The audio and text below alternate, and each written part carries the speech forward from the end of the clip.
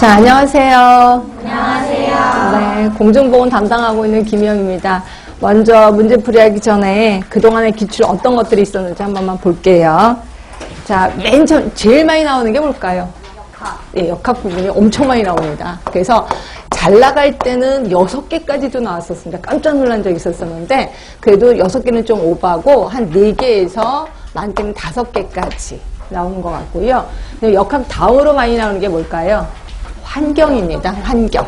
그렇죠? 근데 환경은 많이 나올 수밖에 없는 거죠. 그래서 그런데 다행히도 역학보다 좀 작게 나와요. 그래서 한 3개에서 4개 정도 나오고 요거랑 우열을 다루기 힘든 게 행정이에요. 행정. 근데 이 행정 부분이 점점 많이 나오고 있습니다. 그래서 문제 내시는 교수님들도 행정 부분, 특히 공중보건 하시는 교수님들이 행정을 좀 어려워하시거든요. 그래서 문제를 어렵게 내라라고 오더를 받으면 먼저 생각하는 게 행정 부분인 것 같아요. 그래서 행정이 얘랑 둘이서 우열을 가리기가 어렵다라고 보시면 돼요. 그래서 한 3개 정도 나오는 거고요.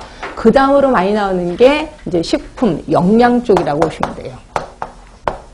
한때는 식품 영양이 환경을 넘어간 적이 있었습니다. 그때는 그때 시험 본 그 이쪽에 전공이신 사람들은 뭐 대박이었겠죠. 그래서 이게 전공이신 분들한테는 이게 누워서 떡 먹기인데 또 전공이 아닌 우리들은 조금 힘든 게 식품 영양이라고 보시면 되고요. 그래서 평균적으로 봤더니 여기보다는 조금 떨어지긴 하더라고요. 그래서 한 2문제 정도, 많게는 3문제 정도까지 나오는 걸로 밝혀졌고요. 그 다음에는 거의 비슷해요. 뭐 학교라든지, 뭐 보건교육, 그 다음에 인구, 그죠? 그 다음에 모자보건, 산업.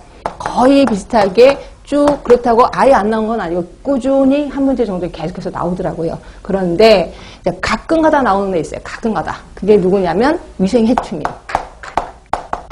위생해충은 정말 몇 년에 한 번씩 딱 나오는데 내가 그때 시험을 봤어. 그러면 이제 나 이쪽 안 외웠는데 그럼 이제 끝난 거죠. 인생이. 그래서 이제 위생해충이 가끔가다 나왔다라고 보시면 될 것 같고 그 다음에 나오는 게 이제 정신.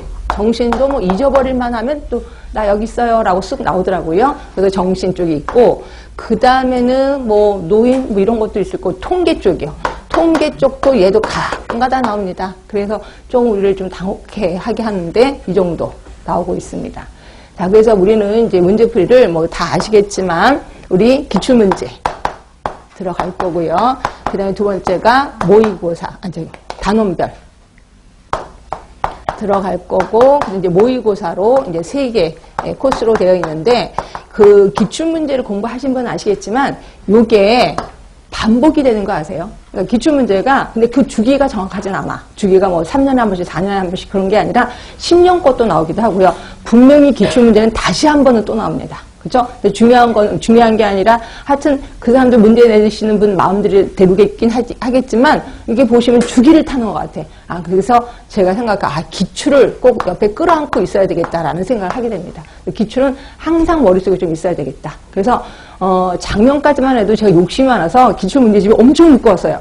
그러다 보니까 여러 번 하는 것도 벅차고 저도 막 하는 것도 벅차고 나중에는 제가 정답 불러주는 기계가 되는 거야. 여러분 역시 막 정답 써주는 기계가 되는 거고. 그래서 과감하게 치자. 그래서 줄인 거고요. 줄이면 그 많은 다른 문제들은요. 그거 걱정하지 마세요. 그 문제들은 틈틈이 나올 겁니다. 틈틈이.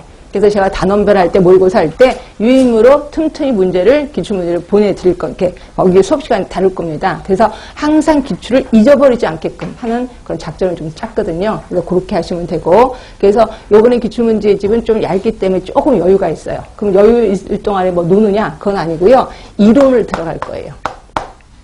그래서 제가 그랬죠. 문제풀이 할 때는 항상 이론을 염두에 둬라. 그렇죠. 그래서 이론을 꼭 잊어버리거든요. 문제 푸는 재미 때문에. 그래서 요거는 제가 또 오늘 나누던 유인물이 있을 거예요. 유인물에 가로놓기로 항상 이론을 완벽하게 정리하고 제가 얘기했었죠. 어떤 분은 그러시더라고요. 여러 번 보면 암기가 나중에 되더라 라고 했는데 제 주장은 아니에요. 한 번 암기한 거를 여러 번 반복하자. 이게 제 주장입니다. 그래서 한 번 암기한 거를 계속해서 반복하도록 유임을 가로놓기로 좀 할 겁니다. 그렇게 해서 이렇게 반복할 거고요. 자, 단원별은 요 이론을 조금 더 깊게 들어간다고 생각하시면 돼. 그래서 일명 나무보기예요. 나무를 하나하나 보자. 나무보기. 그래서 혹시라도 이론에서 못 다뤘던 것들이 있을 거예요. 그거를 문제를 통해서 접근할 수 있도록. 그래서 좀 더 깊게 들어갈 겁니다. 그래서 이 중에서 요 세 개 중에서 제일 쉬운 건 기출문제라고 생각하시면 돼요. 그 다음부터는 조금씩 어려워진다라고 보시면 될 것 같고요. 그 모의고사는요, 이제 나무 실컷 봤지? 그러니까 이제는 전체적인 숲을 봐야 됩니다. 전체적인 숲을 보게 되면 어떤 현상이 일어나냐면, 제가 그랬죠. 18대 2의 법칙이 있다라고 했잖아요. 18개는 우리가 익히 아는 것들이야. 근데 2개는 낯선 문제들이 있단 말이에요. 그럼 낯선 문제를 딱 보는 순간 이제 멘붕 상태에 빠지는 거죠. 그러면서 내가 이미 알고 있는 것조차도 흔들리기 시작하는 거예요. 그게 우리의 약점이더라고요. 그래서 제가 낯선 문제를 딱 접하더라도 흔들리지 않게끔.